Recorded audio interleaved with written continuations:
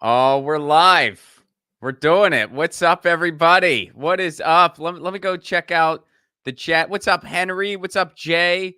Jay, we're going to be talking about that today, actually. You mentioned Schiff. We're going to be talking about that. What's up, Orion? What's up, Chris Garrett? How are you, buddy? What's up, Tony D? What's up, Holly Horn? What is up, Carl? Ciao, Holly. ¿Cómo está? Yeah, cinema's leaving. A little bit of good news. Welcome to Status Coup, everybody. Please like and share this stream. Leave me a super chat if you would. I'd love to talk to you. You know how that goes. We got a lot of stories. Smash the like button. We're going to be talking about West Virginia and some contamination going on in the waterways in West Virginia that literally no one else is talking about. We're pretty much the only one.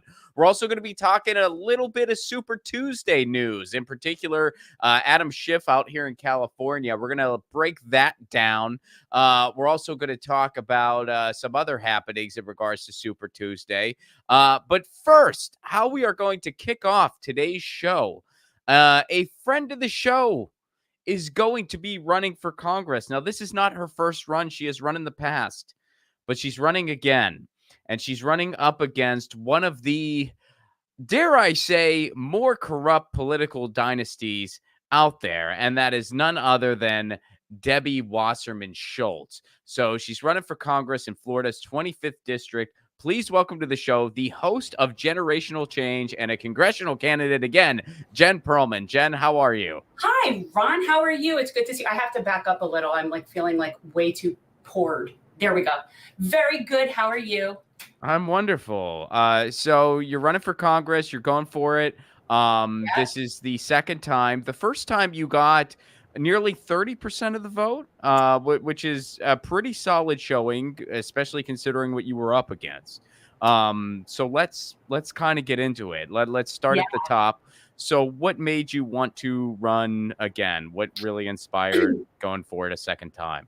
Yeah, well, when we came off of 20 with getting close to 30%, and we did it, we raised $400,000, and we were able to do it in a pandemic where we lost about 2 months of canvas time, which is pretty impressive.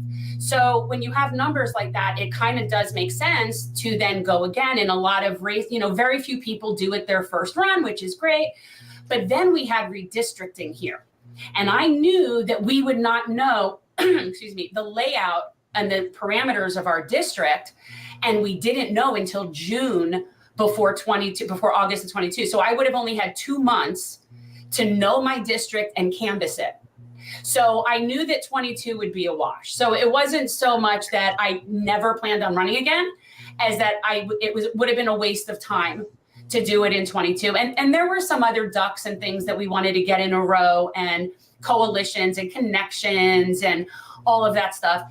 And I just feel like we're at the sweet spot right now where if this was ever going to happen, it can happen now. Like the things that are lined up, the people that the connections, all of that. So obviously we need a perfect storm. It's still hard. It's still, challenging to go up against an incumbent, and it's still a long shot, but I wouldn't do it if I didn't think it was possible.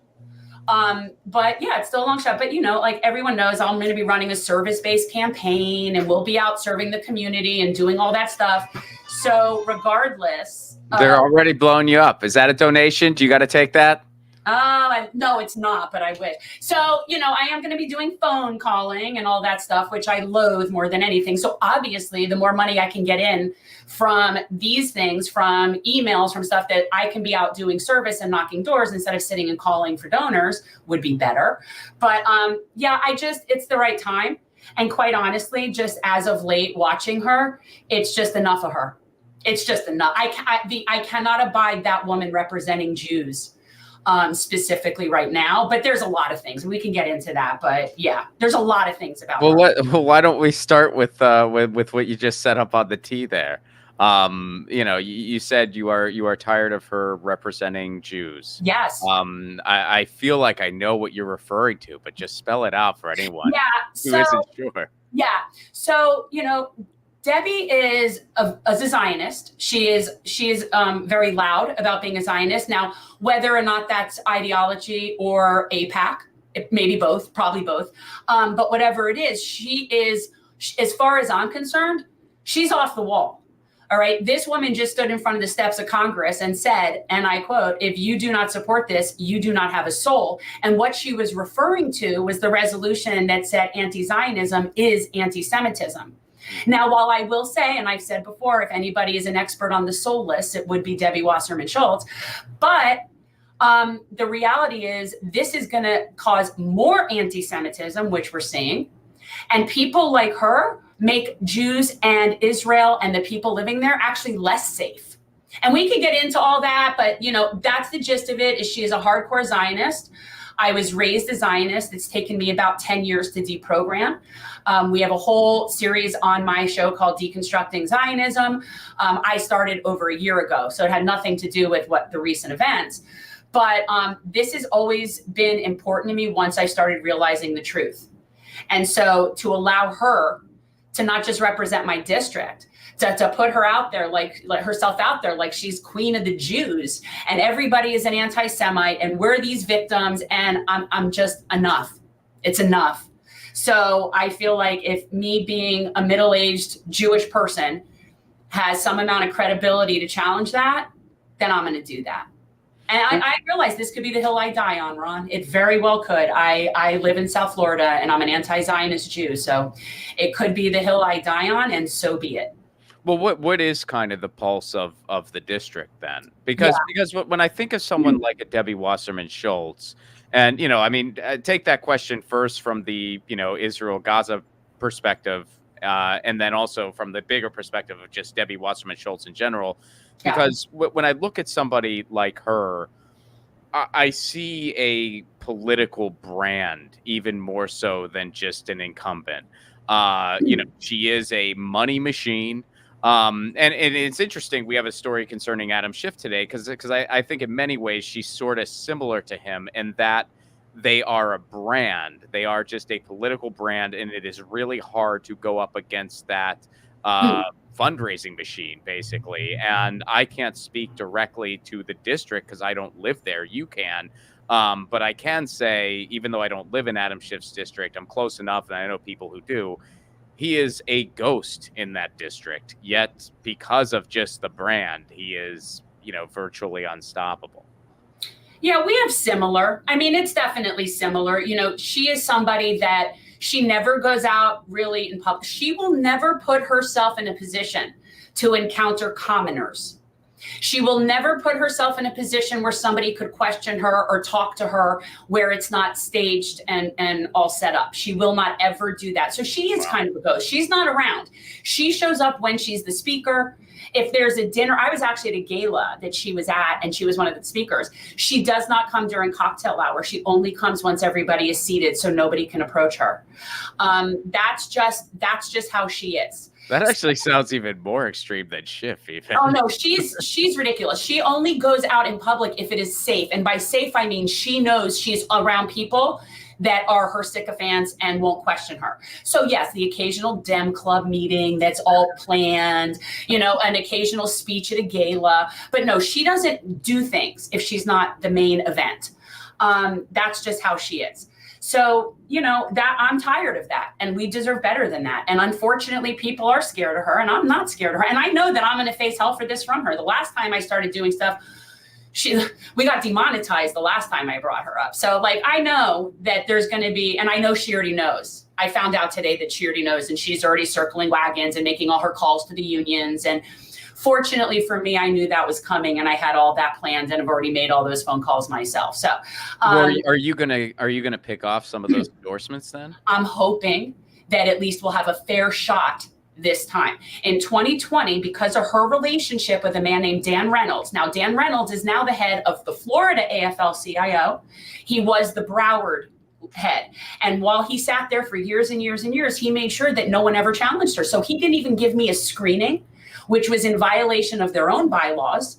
And he actually got in trouble, I don't know, reprimanded from national, but it didn't matter because I still didn't get a screening. This time, the person that is sitting in that position, I believe, is much more amenable to actually democracy and giving me a screening. Now, what happens from that, I don't know. Like, will the people at the state still put their thumb on it and force them to it? Maybe. But I feel like I've got more of a fighter's chance this time to even get in the door. My goal is to get the firefighters union.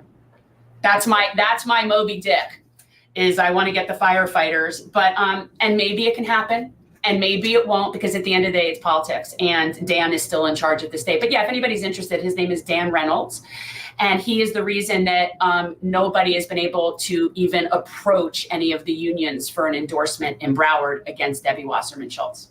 Well, in a congressional district, especially when, you don't have the name recognition that political machine does, like, those endorsements mean so much. They do. But is there, and again, I mean, this is like, you got your thumb on the pulse of your district. Is there a wariness towards her? Because nationally, there is definitely a wariness towards her. But does that translate into the district? It absolutely translates into the district, but whether or not that translates into voters, that's what we have to do. Like, if you walk around our district, for the most part, like, and just pick an average person who's not politically, astute, and you mention her name, they generally say, is she still there? Like they don't. She has a small group of sycophants. Obviously, the Democratic Party, they will fall in line and do what they're doing, which I expect. But the thing about it is, it's a very finite group. There's not a lot of room for growth. Now, what she has is the consistency of primary voters, because if we have, let's say, a 14% voter turnout for a primary, which is pathetic, but likely, those are the people that often tend to be her people that will go out and vote in a Democratic primary. So our job is to get everybody around that really doesn't like her to go vote in a primary. And it's hard. And we have closed primaries, so we can only really be dealing with registered Democrats. And so there's hurdles, but, as far as her being liked, no, only amongst a very small group of sycophants. And even amongst them, I have been pulled aside by people that she thinks are her people. And I have been said basically the equivalent of, please save us. So these are people that would never say it publicly. For whatever reason, they're scared of her. I figure either she has stuff on them, or I don't know. I don't know why they're scared of her, but they are. But liked? No, definitely not liked. She is not endeared, right? Like, she's just, there's nothing really warm there, right? Like, she doesn't give off that warm, fuzzy vibe. Yeah, I mean, I feel like you keep baiting me to, like, jump in on that, and so. Well, why? Do you have some thoughts about her Royal Majesty? I dare say that likability is a big issue with her.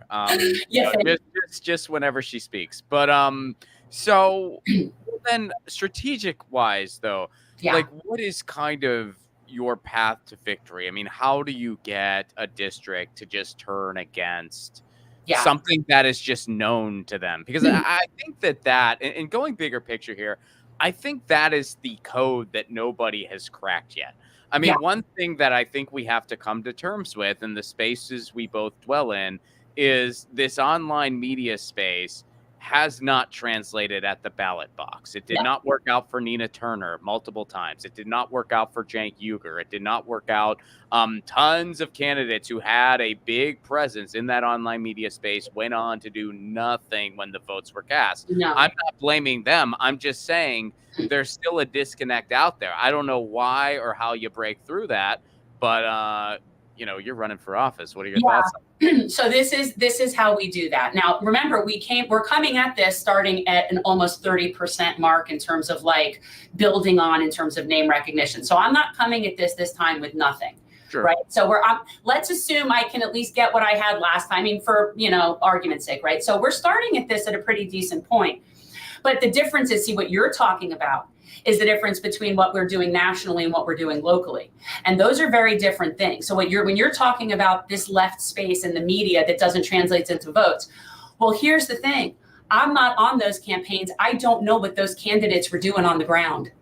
So I can only talk to what we're doing. Now, I run a service campaign, which means, well, it depends. Some of our volunteers, like, we'll get volunteers that hate politics. So they'll be doing service. They'll be out doing food distributions, beach cleanups. Like we'll have those people. And that's one way that we get people involved that don't normally involve in politics. So we'll have like, there's two sets of volunteers, right? We'll have service volunteers, and then we have our canvassers.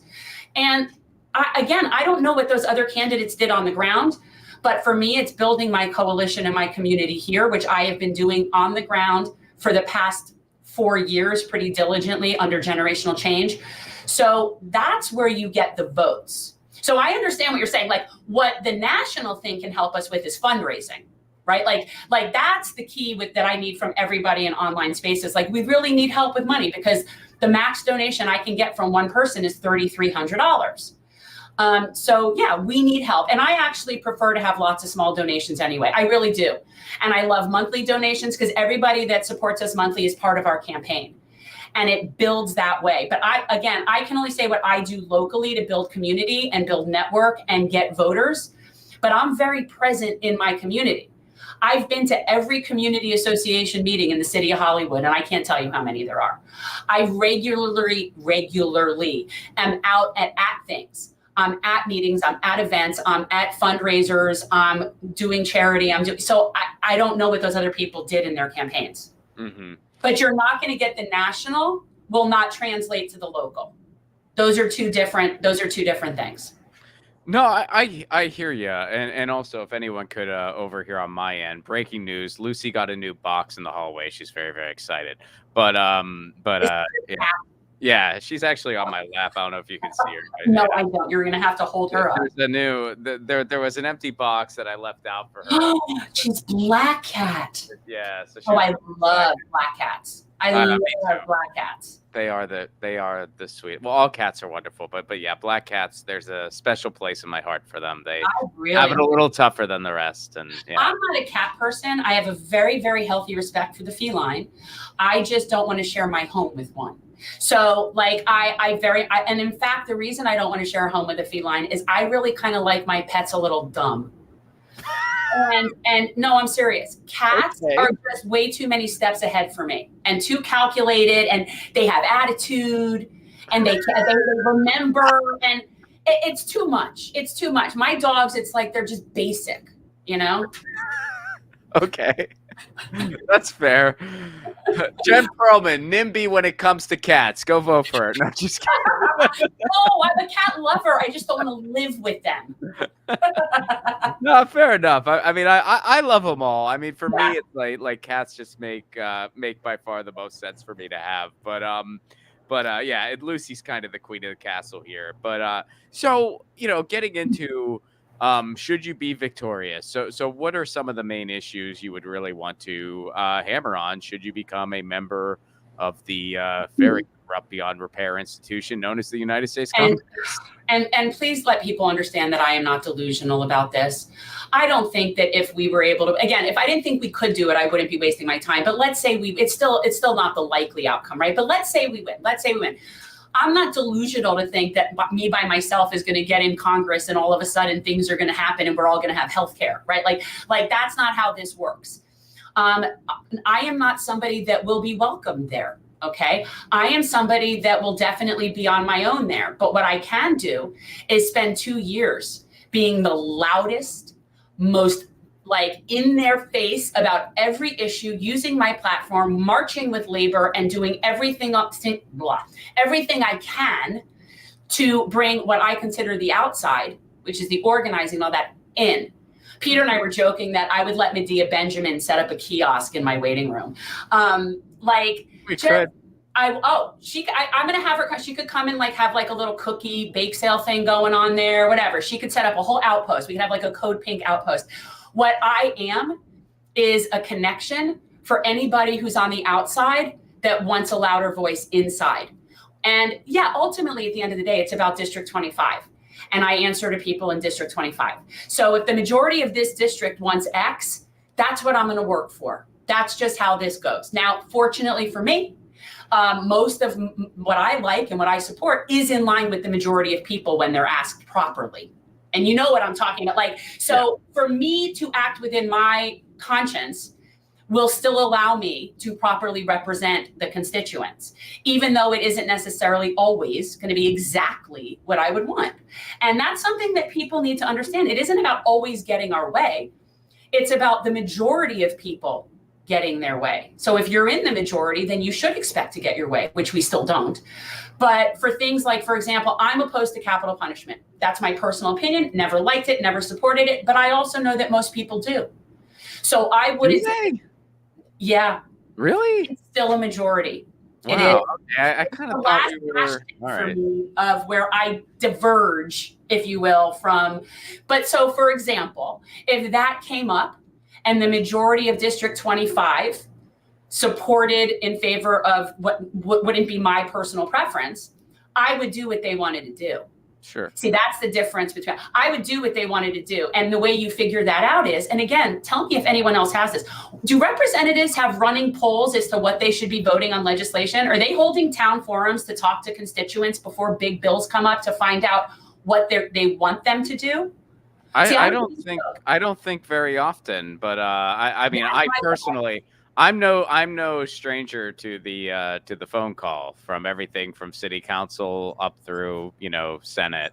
I always call because they have to listen to that voicemail machine. Someone has to take the call. That's right. I'm always polite, especially since usually the person picking up the phone, might even be like an unpaid intern or something. So I'm always polite, but I'm always like, this is the issue. This is how I strongly encourage them to vote.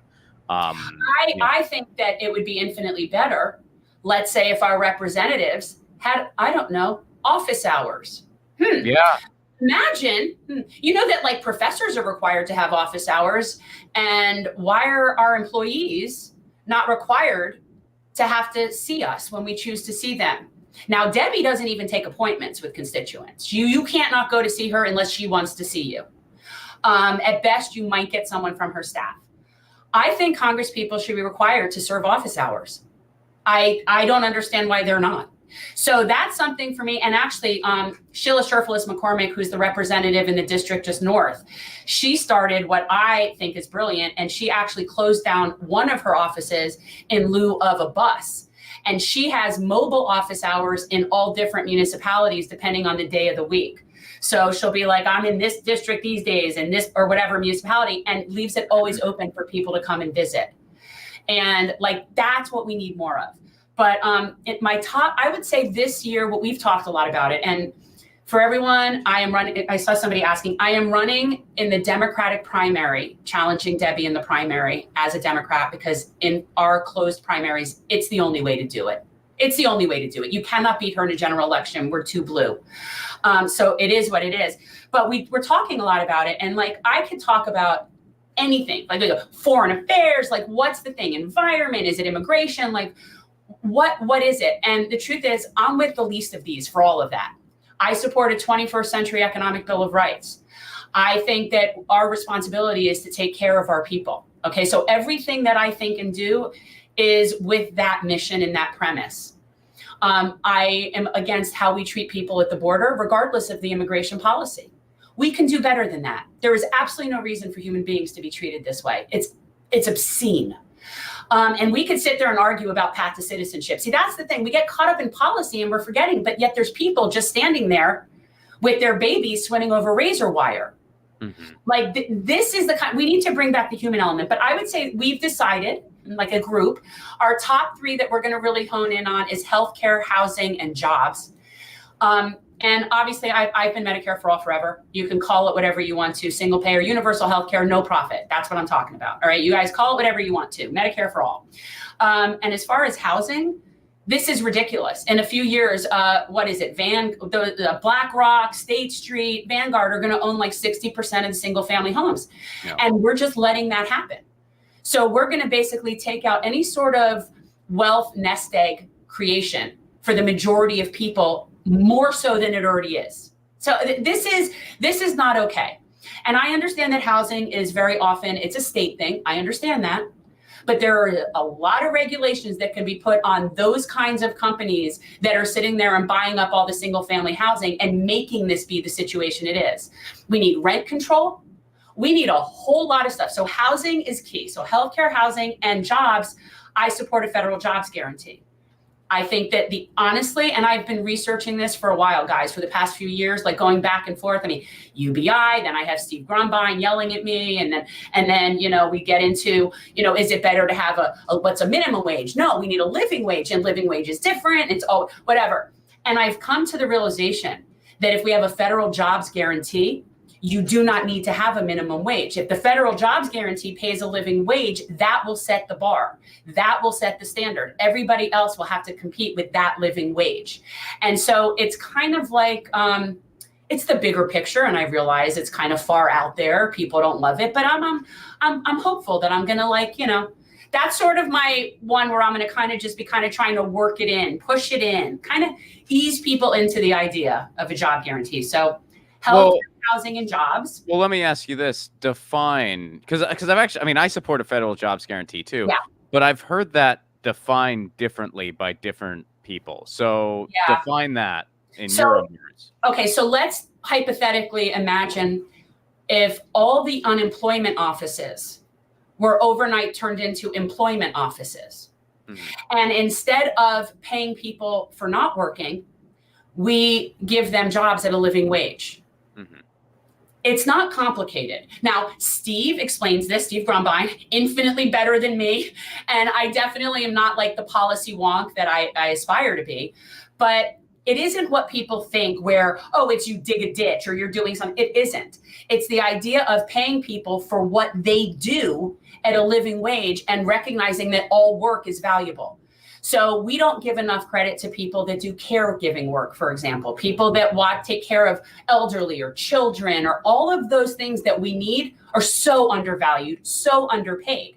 And then there's people that are doing that work and not getting paid at all. So if you had like a federal jobs guarantee, people that were taking care of people for free would be able to collect a living wage for doing so. So there's lots of different ways that this can be worked out. And it's an experiment for sure. I can't say that, this is the be all end all, but I can tell you what we're doing isn't working. So, and when we talk about, unemployment is down. Yeah, what? For crappy low wage jobs and people have to work 3 of them. So the way that's measured is just absolute nonsense. And it's just a political toy used by whoever's in office. They're like, unemployment's down. It's like, the way we measure employment is effed, and it's been effed for a long time. So it's just noise at this point. Easel Cat, absolutely, artists too. And there is room for everybody to be doing things. You don't think that daycare centers need people to teach art class. You don't think that there's programs, after school programs, that wouldn't like to have somebody who's a musician be able to do music lessons. There's a lot of room for a lot of people to be appreciated for what they do as soon as we start appreciating people for what they do. And that's a mindset. That's a paradigm shift. It's not something that's going to happen overnight. We have a system based completely on capital and productivity and what can you do for me and how can you raise profits and what can you do? And when we only value that, it's very hard.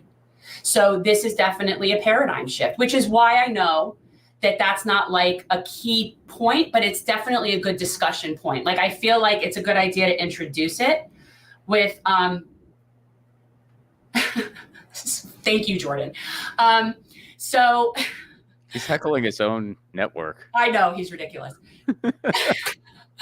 And I will say this again, I am only running as a Democrat because if we were to line that with the Democrats and Republicans, I'd probably be an inch closer to the Democrats. So there's that.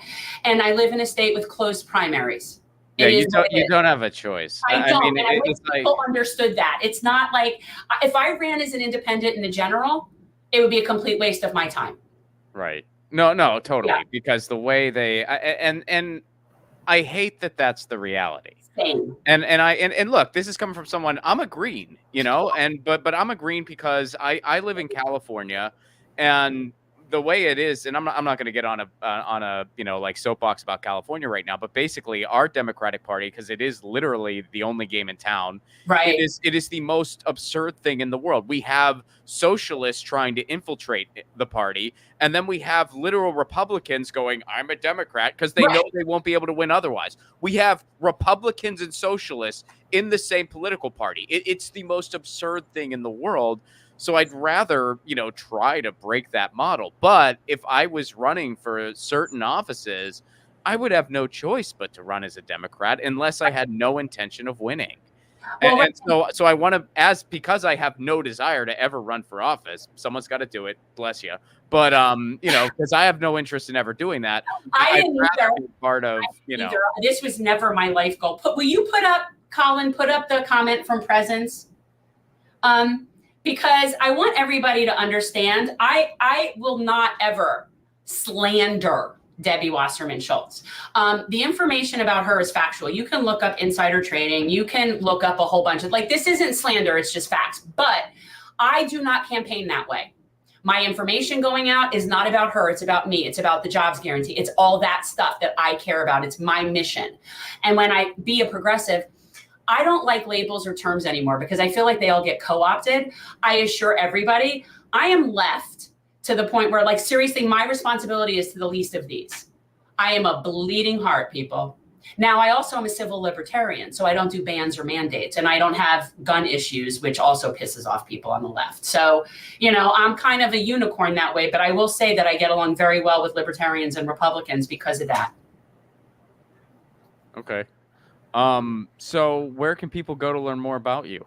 So right now we only have our ActBlue landing page up. We will have everything up and running shortly, but our website is gen2024.org. And we have the little QR code. I'm sure there'll be a description in this, but yeah, we need, what I really love, small dollar monthlies, small dollar monthly donations, guys. It helps so much. And then it's like, you're part of this. And I thought I saw somebody ask me if the country can be saved. Oh, wow. That's quite a doozy question to end on. Yeah. So why don't we close with that? Can the country be saved? I don't know that any part of the planet can be saved, but I know that we could do a lot better and that we should be treating people a lot better. And that's really what it's about. And we are so stuck in tribalism and fighting and being right. And we're so brainwashed to think that we're not allowed to have things, that it's a pie. And so if I have some, then you don't get some. And that we're supposed to be working 60 to 80 hours a week just to be. That's not normal, people. That's not how this is supposed to work. Those services and systems are supposed to work for us, not the other way around. I don't know whether it can be saved, but I'm not okay with just going along with the way this is anymore. Okay? I mean, this is just absurd. These people are making money and insider trading hand over fist on wars. I mean, it's off the wall that this is even allowed, that we're even having this discussion. So I don't need to get in and be a progressive. I already am progressive. And when I say I am progressive, I don't want to say I am a progressive because that's the category. I am progressive. That's what I mean? I feel like all these labels have been so co-opted. Well, yeah. I mean, progressive especially. I mean, that's been completely co-opted. Oh man, did we just lose Jen? We lost you here for a second. You started saying something. No, you're back. You're back. Okay. So I was just saying, I don't like the labels because they get co-opted. So what we used to call the left, or what's a Democrat, what's a liberal, what's a progressive. And everybody has these ideas in their head of what that is. And I just think we need to drop that crap. So that's why I don't have an ism. I don't have an ism. I can tell you how I feel on every different issue. It will generally be what most people would consider leftist. Mm-hmm. But I don't, it has to be. Yeah. I feel you. He wants to know. What? He wants to know. David wants to know. Who is this woman? David, I feel like we covered a lot of ground here. You want us to start all over again? Okay, so I'm Jen Perelman, and I am running for Congress as a Democrat to primary Debbie Wasserman Schultz in Florida's 25th district. That's who I am. And I saw Chris Garrett asking if we're having a call-in, and I don't know that we have the capability of that, Chris. We're not as high end and fancy as Status Coup. We don't have the call-in capabilities. You could have a call-in capability, but what are you able to do your show during the campaign? Won't you have to suspend that, or are you Why? able to do it? Why? Isn't that a rule? Like if you're running for federal office, you have to not do stuff like that? Do stuff like what? Do I stuff have my own platform? Yeah, like have a podcast. Is that a thing? I've not heard of that. I have never heard of that. And not only are we going to have our show, but we'll have a new segment from the campaign trail. And we're going to be doing a lot of things out and about that people are going to sort of watch us go through this. So it'll be really interesting. Right on. Well, cool. So I did want to ask you. Have a call-in second. Sorry. Well, one final thing that I got to ask you, even though we've known each other a while, I do think a lot of people, probably not a lot of people actually, but I do think there are the occasions where somebody does run for Congress with good intentions and then goes on to actually win. Yeah. And then I think it's not totally unfair to say that a lot of times people look around and they go, I would like to use this office for good, but also I kind of want to keep my job. Yeah. And then, they don't really change the Democratic Party. The Democratic Party changes them. Yeah. How would you avoid that? Well, first of all, as much as I am running as a Democrat, they're not welcoming me with open arms. So we're not going to have to worry about them getting too close to me. But seriously, I want to stress this, and I've said this before, and this is no negative about any other people in Congress. Okay. I want to put that out there, but something that I have noticed is there's a maturity factor with some of these people. And I know as somebody who has a 23-year-old, people's brains are not fully developed until they're 26 years old. And you have some of these people coming into Congress where they need a job, they need a career, and they get caught up in this whole lifestyle of it, whether it's the celebrity, the power, the connections, the whirlwind of it all, right? And I do think that younger people might be a little bit more prone to that and also see it as a potential form of career insecurity, okay? And whereas, first of all, I don't have that. I don't need this job. I didn't particularly want this job. I'm willing to do this job as a term of service. But yeah, and the other thing is, and this is, I can't be bought. I just can't. I don't care enough about money. It's just not a thing. So my goal, and I'm telling everybody this, I don't know where I'm going to be any other time except August 21st, the day after my primary, when I'm going to be on my friend's land in Georgia in my camper. And that's the life I want. I'm a mountain girl. I want to go live in a camp. I do not want to go into this swamp with these people. I really don't, but I can. I'm capable. I'm not scared of them, and I'm furious. So if that seems like an appealing person to be fighting, then that's what you get with me. I don't care to make friends. I do not care to be in their little groups and their clubs. And I'm not scared of them.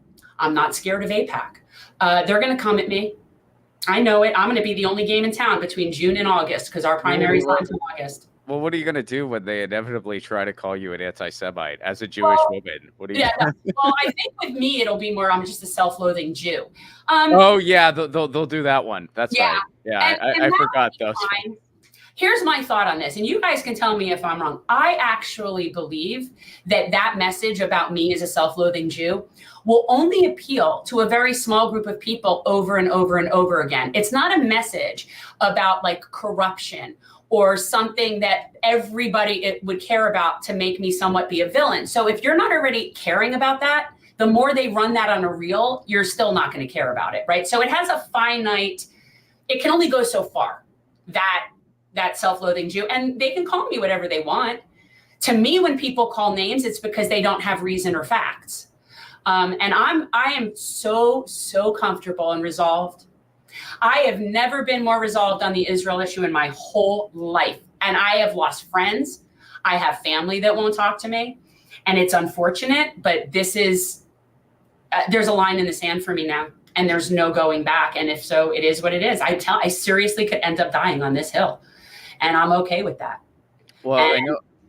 Yeah. Sorry, go ahead. No, go ahead. No, I was just going to say, I know it's not quite the same thing, but at various times in my life, and I'm sure it'll happen again in the future, I've been told I'm a self-hating white person. like, because I have objectionable views, like black people shouldn't be systemically murdered by police and things like that. And whenever I'm told I'm a self-hating white person, my response is like, no, I just hate that I have anything in common with your shitty ideas. That's what I hate. Yeah. I see somebody said, do I take money from AIPAC? No. Not only don't I take money from AIPAC, but they wouldn't give it to me even if I was gonna say, they have to offer it first. No, I've been on an anti-Zionist tirade for about a year and a half. I'm pretty sure AIPAC's not giving me anything. I wouldn't take it anyway. I'm only small dollars. I mean, okay, $3,300 isn't small dollars. It's the max individual, but like that's where we are. I'm not taking money from any of those people. I don't play with them, which is why they're going to be mean to me, people. They're going to be so mean.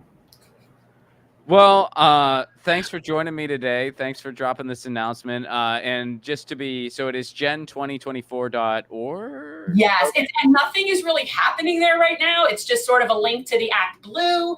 But guys, if you would go directly to Act Blue, go to the QR code. That's the easiest. We need help up and running. And I would think like within the next 2 weeks, we'll have our full system up and a website and everything with a lot more information. But in the meantime, if people are interested about me, I have over 3 years of video content on our platform where you could pick any one thing and get a pretty good idea of what I'm about on so many different things, which is also helpful. Like I have a library of content. So yeah, I hope everyone's supportive. I know that, is there going to be a Gen Pack? Possibly. It has a nice ring to it. Well, it's not called the Gen Pack, but there very well is going to be. Oh, you have a thing? Okay. There's a thing. And it's in the works. It's been in the works for a while. And I am frustrated as somebody on the left that every time we challenge an incumbent, we're fighting them and their PAC. How come we don't have a PAC? So we just very well might. And yes, so new things, and people know we're always working on projects here, but there is something in the works that's going to be helpful. I was going to answer your question. You were like, why don't we have a PAC? And I'm like, well, because we're the ones who don't have money most of the time. I'm working on that. We're the moneyless ones. We are the peasant class here. But in all seriousness, even though we are those people, we're the serfs. I get that, but we do actually have allies that are funded, and it's just a matter of finding the right people and pulling them into your cause. But they do exist. So that's what I'm working on as well. But yeah, we only take small dollar donations. I'm not beholden to anybody but District 25. So yeah. And the reason I'm different is because, again, I wouldn't even want to be there any longer than absolutely necessary. I don't understand why these people aren't mentoring young people. They have more energy than me. I wouldn't be there any longer until there was someone else who really wanted that job that would be good at it. And then I would be very happy to pass the baton and go get in my camper and go live my happy little life. Yes. Yeah, I think that's the way to be. I mean, I actually favor, the Greeks were experimenting with the idea that like to be in office, you actually have to get recruited. And I think that was the right way. Looking at what we have here in the United States. Yeah. I think that should be the way it goes, where to serve in office, you literally have to be recruited. Yeah, I would support that law. I was asked to do this the first time in 20. This never occurred to me. I never woke up one day and said, yes, I think I'd like to go swim in that cesspool. Yeah, no, I never thought that, not even for a minute. I honestly don't know how many showers one would have to take to be up there. But yeah, it's a term of service. It is what it is. I am more than capable of doing that job. I know that. And I just need to do something. This cannot stand with her. Mm-hmm. You know? Yeah. Well, wishing you all the best. Everyone go to gen2024.org and throw up the QR. Yeah. I like and guys, if for whatever reason our website isn't loading, we are on Act Blue under Jen Perelman for Congress. So you can always just go directly to, that's all we have up right now is our Act Blue page. But yeah, we need to get going. And I have a really good team of people. This time, Peter and I aren't doing it by ourselves. We actually have people. Nice. I know. I have people. Wishing you all the best. Enjoyed the QR code. I was having fun playing with my face, the QR code. Yeah.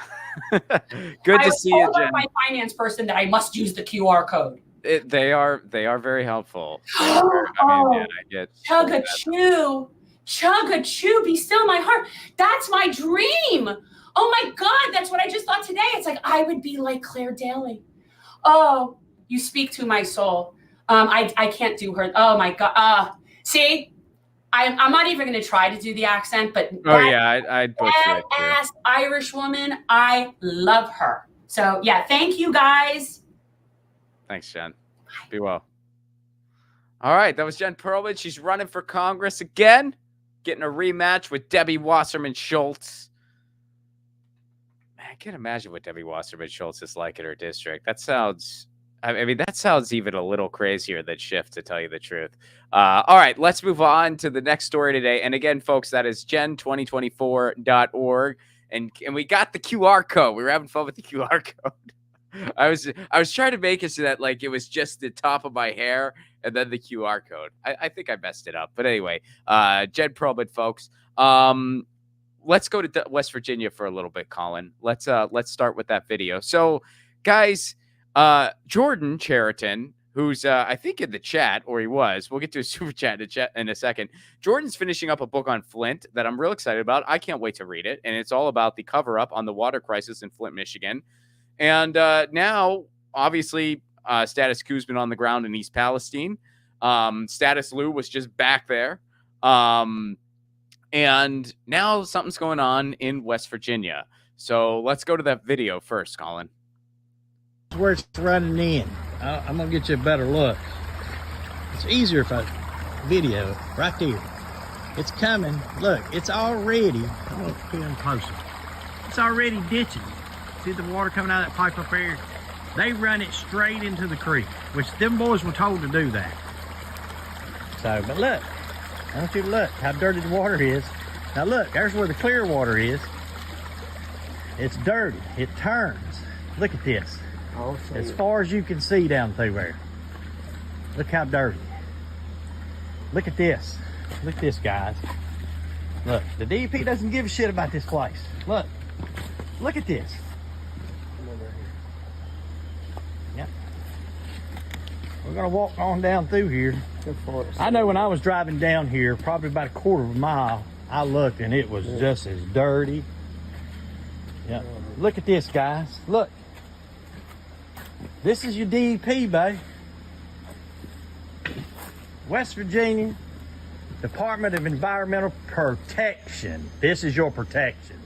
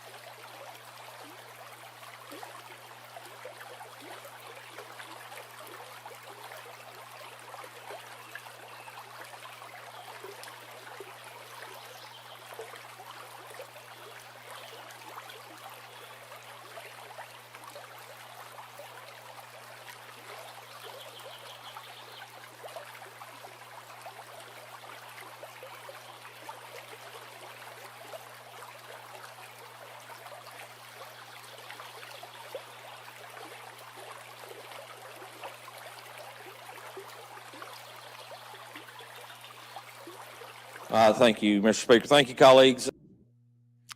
So there you have it. That was a summary of what's going on. And to just rehash it a little bit here, I'm not going to repeat everything that you just saw, but beginning in February of 2023, residents began receiving smelly and discolored water. It was orange, it was brown, it was white. You saw what was going on in the creek there. So local coal mines and the West Virginia Department of Environmental Protection, they dumped contaminated water in the local Indian Creek.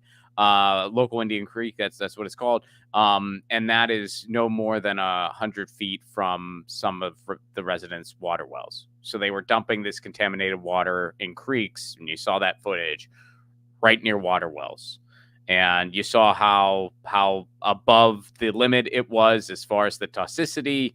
388 parts per billion of arsenic. The allowable amount is 10. So that's 388 as opposed to 10. 188 parts per billion of lead. The allowable amount is 15. 9,230 of manganese. The allowable limit is 300. So big difference. And here's one. Here's a doozy. 2 million of iron. The allowable limit is 300. So that's way above the allowable limit of what is permitted toxicity in the water wells. It's way above. So now they're seeing an increase in cancer, an increase in other health issues, as you saw in the summary there. Joe Manchin has not responded, and Joe Manchin is not seeking re-election. Another thing worth noting: Joe Manchin is departing, as is Kristen Sinema. So I guess that's a little bit of good news in that whole space there. So since we're in electoralism, let's go over. And by the way, guys, Jordan is hoping to go to West Virginia to talk to more people. We want to have some more on-the-ground coverage there in West Virginia. And this is being covered pretty much nowhere else. Again, the corporate media is failing miserably. And that is why Status Coup exists. And that is why we have to do what we do with a fraction of the resources that they have. We have a fraction of the fraction of a fraction of a fraction of a fraction of the resources the corporate media has. And yet we do more journalism here than they do there. We do more on the ground journalism at Status Coup than the entire corporate media does. But we can't do it without you. Journalism takes resources. It takes equipment. It takes funding. It takes travel. It takes planning. So please, if you are able, go to statuscoup.com/join. When you become a member, you're not just becoming a member of a cool network. You're also making firsthand journalism possible. You're sending Status Lou on the beat. You're sending Jordan on the beat. You're sending Tina on the beat. Sometimes they even send me on the beat, folks. It's a good time. You're sending Johnny F on the beat. No one covered the UAW strikes as much as Status Coup did. No one covered East Palestine the way Status Coup did. Flint, now West Virginia, and someone needs to be there to tell these stories because nobody else is. So please, statuscoup.com/join, and you get some cool perks too. There's a lot of fun members activity. There's a members call. Those are always a good time. Sometimes I'm in those myself. So please, if you are able, if you got an extra $5 a month, $10 a month, statuscoup.com/join. All right. So let's go to Super Tuesday for a little bit to round out the show.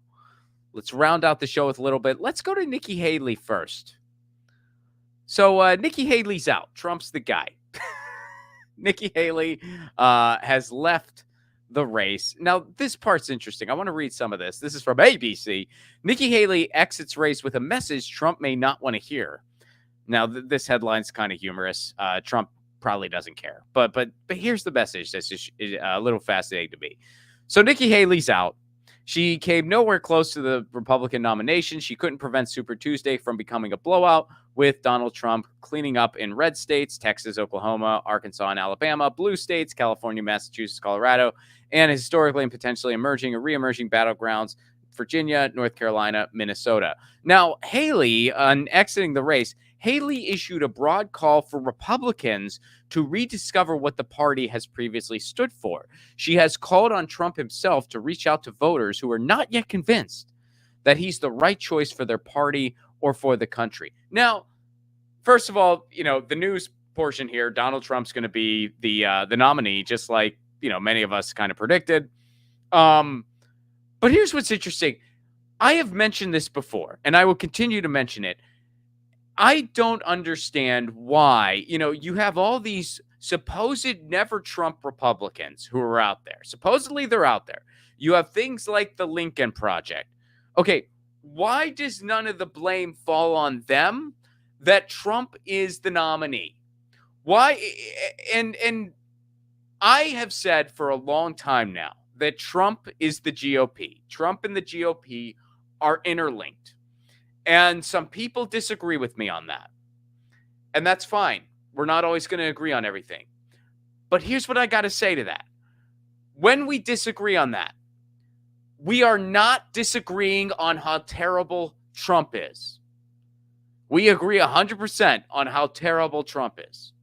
We are disagreeing on how terrible the GOP is. In that I think the rest of the GOP is more terrible than you do. And that's okay. That's fine. But when you say, oh, the rest of the GOP is more honorable than Trump, I'm like, nope, they're all the same. The GOP is a fascist party. They have open Nazis in that party. So,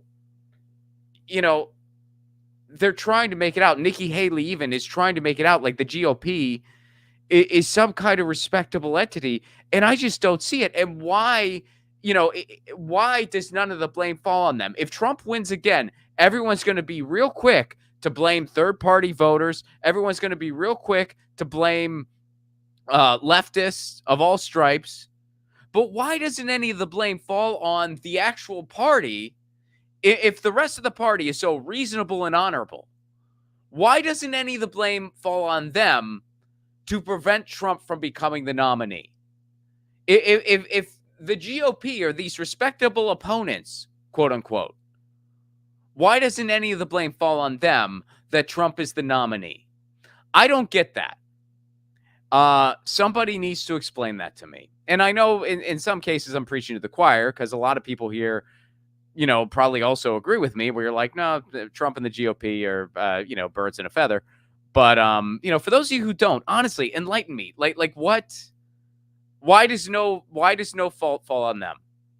And follow-up question, and feel free to, let me know in the super chat. Like how is any of the GOP different than Trump politically? How are they different? They're not.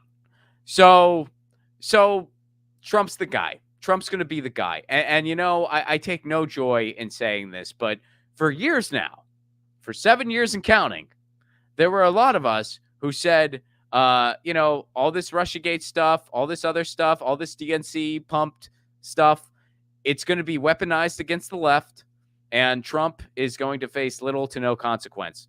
Here we are years later.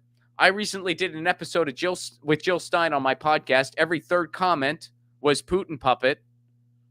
Meanwhile, Donald Trump going to be running for president again. Might become president again. So I feel like, unfortunately, that came to fruition. Unfortunately, all the stuff that's been that's been propagated out there the past 7 years and counting, weaponized against the left, Trump, pretty much no consequences. So Trump's going to be the guy. Trump's the guy. All right. So now this is an interesting little lesson here in California. Let's go to the Guardian article, Colin. So I live in California, folks, and Super Tuesday was yesterday. California was one of the states that went. And California has what are called jungle primaries. Now, I know some of you already know this. Some of you might not. Jungle primaries, what it means is that there's different candidates from the different parties in the primary, and whoever finishes in the top two makes the runoff. So the general election could consist of 2 Democrats. It could be 2 Republicans. It could be a Democrat and a Republican. It could be a Libertarian and a Republican, whatever the parties are, whoever finishes in the 1 spot and the 2 spot advances to the general. So in our race, there was a Republican named Steve Garvey. There was Adam Schiff as a Democrat. And then there was Katie Porter as a Democrat and Barbara Lee as a Democrat. Adam Schiff is a right-wing Democrat. He's defined as a centrist. He'd be considered right-wing in any other country. So here's what happened. Adam Schiff, the centrist Democratic congressman, again, the Guardian is talking centrist by the United States standard. If Adam Schiff lived in England, he'd be considered a right-winger, is poised to be the next U.S. senator from California after securing enough votes to advance to the November election. He will face off with Republican Steve Garvey, a former professional baseball player who also performed well. I didn't know that about him, actually, who also performed well in the nonpartisan primary on Tuesday. The 2 progressive Democratic candidates were trailing far behind, with the Orange County Congresswoman Katie Porter in 3rd place and the Bay Area Congresswoman Barbara Lee in the 4th spot. Side note, and Katie Porter is well liked in California, but the fact that Katie Porter beat out Barbara Lee in California proves that California ain't as progressive as people say it is. California is not as left as people make it out to be. So Here's what happened, though. Again, I told you about our primaries. So Adam Schiff, who I think is among the most corrupt, Adam Schiff looked around and he thought, gee, in the general, if I face Barbara Lee or Katie Porter, California, even though it's not as progressive as people make it out to be, it's still a place where Bernie has always done pretty well. Bernie's really popular in California. He's always done well here. So there's a chance that if one of the candidates to Adam Schiff's left, be it Katie Porter or Barbara Lee, I prefer Barbara Lee, but, either one of them would be preferable to Schiff, that's for sure. But if he were to go up against either one of them, if they ran the right campaign and everything fell in line and they got all the right endorsement, there is a valid chance that they could upset him. They could upset Adam Schiff. So Adam Schiff was thinking ahead a little bit. And here's what he ended up doing. Let's go to that Bloomberg piece, Colin. I think I sent it to you. Did I not send it to you? Colin, did I send you the... Oh, yeah, I did. Okay, good. And by Bloomberg, I meant Business Insider. Adam Schiff gambled on elevating a Republican Dodgers legend to close out fellow Democrat Katie Porter in California Senate race. It worked. Adam Schiff basically pumped up this Republican to make sure he would face the Republican in the general. This guy was barely campaigning. Go ahead and scroll down a little bit, Colin. Adam Schiff is projected to be the top Democrat. Representative Adam Schiff is projected to have easily won the top spot, but it's Schiff's win that is the real headline. Go ahead and scroll down. Schiff used his viral villainy on the right, including his GOP-led censure last summer, to build a staggering $32 million war chest that afforded him the luxury to spend millions boosting Steve Garvey, a Republican who barely campaigned ahead of the contest. Schiff's strategy was to elevate Garvey as a Trump conservative in the overwhelmingly Democratic state, thus forcing Katie Porter, and in this case, Barbara Lee, too, from making it to the general. So he literally pumped up the Republican to make sure that was his opponent. This is basically another version of the Pied Piper strategy. This is a Pied Piper strategy during the primary because, which I guess all Pied Piper strategies happen during a primary. But he did this during a jungle primary to make sure that was his opponent. So he got about 34% of the vote. The Republican got 30 because the Republican got basically every Republican in California. Barbara Lee got, I think, about 9 to 10%. Katie Porter got 17. So presumably all those votes are going to go to Schiff. He should win pretty handily in the general. He might not. I mean, you never know. Something crazy could happen. Wouldn't that be something if he did the Pied Piper and got upset? That happened before, folks. But yeah, so just kind of shows you just how absolutely ridiculous the system is. That's a little bit of Super Tuesday news. And it also just goes to show you how the left has the left electorally often makes many mistakes when it comes to strategy at the ballot box. Here's Adam Schiff, the quote unquote centrist. He's 5 steps ahead, orchestrates everything right. Now he had a bunch of money to do so.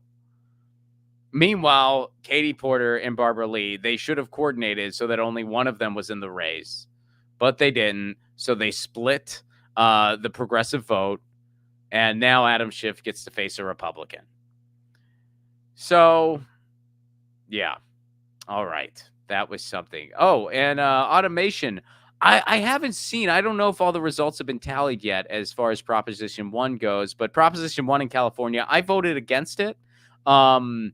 It's one of those propositions. It sounds good on paper. It seemed like it was going to provide housing to people who needed it. But when you read all the details, in reality, it's authoritarian. It forces services upon people. It forces institutionalization upon people. And it would not be good. And it takes money away from other mental health services. So it's a wolf in sheep's clothing. When you first read the summary, it sounded like something good.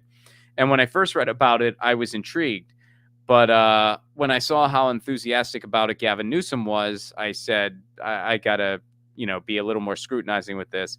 And then, upon further inspection, it became obvious that was no good. Now, HLA was an ordinance in Los Angeles to make Los Angeles more pedestrian friendly. That I was for, and that looks like it's going to pass. But yeah, so there you go. Little bit of Super Tuesday news. Let me make a few announcements, and then we will go to the chat. First of all, guys, I have some events coming up that I would really love to see you at. And here's the best part. Some of them are online. So if I'm not coming to your town, guess what? I am doing a virtual screening of my movie. I did the first virtual screening a couple weeks back. It went good. So I'm going to do another one. So on March 15th, mark your calendars, March 15th, I'm going to do another virtual screening. Right now, those are very casual. So if you want to attend, just email me. Go to ronplacone.com. You can email me there. Tell me you want to attend the virtual screening on March 15th. It's going to happen at 8 p.m. Eastern time. That's 5 p.m. Pacific time. You get the idea. And just email me. Tell me you want to attend the screening. And basically, it's a suggested donation where you can just, Venmo $5 or something like that. The suggested donation is $5. If that's a little too steep for you, that's okay. If you're really strapped right now and you just want to enjoy a movie, by all means, please come. Please enjoy the movie. If you got $5 or something to give for the suggested donation, that's great. But if you're really strapped right now, I would love it if you could just join us and enjoy just a free night out. And by night out, I mean on Zoom, but hey, that's the cheapest night out you can ask for, right? You can't beat the bar prices. You can make your own popcorn. There's going to be a short Zoom stand-up show before the show featuring myself and some members of the cast. And then we're going to screen the movie, and then we're going to do a Q&A after. So March 15th, if you want to attend, email me, ronplacone.com. But check it out live if you can. Washington, D.C. My movie's going to be screening on March 18th. That's a free screening with a film club. March 22nd, Pittsburgh, Pennsylvania. I'm doing a stand-up show, a screening, and a Q&A after. I can't wait to see you, Pittsburgh. I know some of the Allegheny Green Party is going to be there. It's going to be a fun time. I've had Status Coup crew at every show I've done since 2023. So let's keep up the momentum, Pittsburgh. March 22nd. Get your tickets now. Los Angeles, California, April 14th. A bunch of the cast is going to be there. We're going to do a show, screening, and a Q&A after. It's going to be a big blowout. Los Angeles, get there. April 14th. And June 8th, Idlewild, California. We're going up to the mountains, and we're going to have a show, screening, and Q&A up in Idlewild, California. So yeah. ronplacone.com for tickets and all information. And again, if you want to attend that virtual screening on March 15th, just email me and we will get that squared away. All right, let's go to the chat. Let's see here. We got Teresa. What's up, Teresa? Yay, Jen. I am so excited for this news. Hi, Ron. Hi, Teresa. How are you? Good to see you. And yeah, rooting for Jen. That'd be amazing if she could pull off a miracle and unseat Debbie Wasserman Schultz. And if she does do that, she really needs to share her strategy because, picking off a behemoth like Debbie Wasserman Schultz, that would be a big deal. Tony D, what's up? Jen has a moral code and knows what it means to serve people and create justice. I love her show and wish her all the luck. Thank you for that, Tony D. Presence, what's up? Local elections have been won by picking a dogshit issue and pounding it home, e.g. fixing something local that most voters are annoyed by. Yeah, I think there's something to be said for that. I mean, I treat local elections differently than state and federal. As far as the type of things I'm willing to support, because really it just comes down to, what are you going to do for my neighborhood? Are you going to be an asset to this neighborhood? They're not going to be voting on national things. That's not the job. So it's kind of more like, what are they going to do to make my district a better place for everybody? Anyway, Jordan. What's up, Jordan Cheriton? This guy, troublemaker, this guy. I love you, Jen, but you are running as a Democrat, so I'm done with you. Yeah. I hope someday we have a system where people do have more options. And I think we can simultaneously fight for those systems while also acknowledging the reality. I have some friends here in California. They have run for office. They have run as Democrats because they had no choice. And I still supported them, even though I myself am registered as a green, because I'd like to be part of something that hopefully builds a future where that's no longer the case.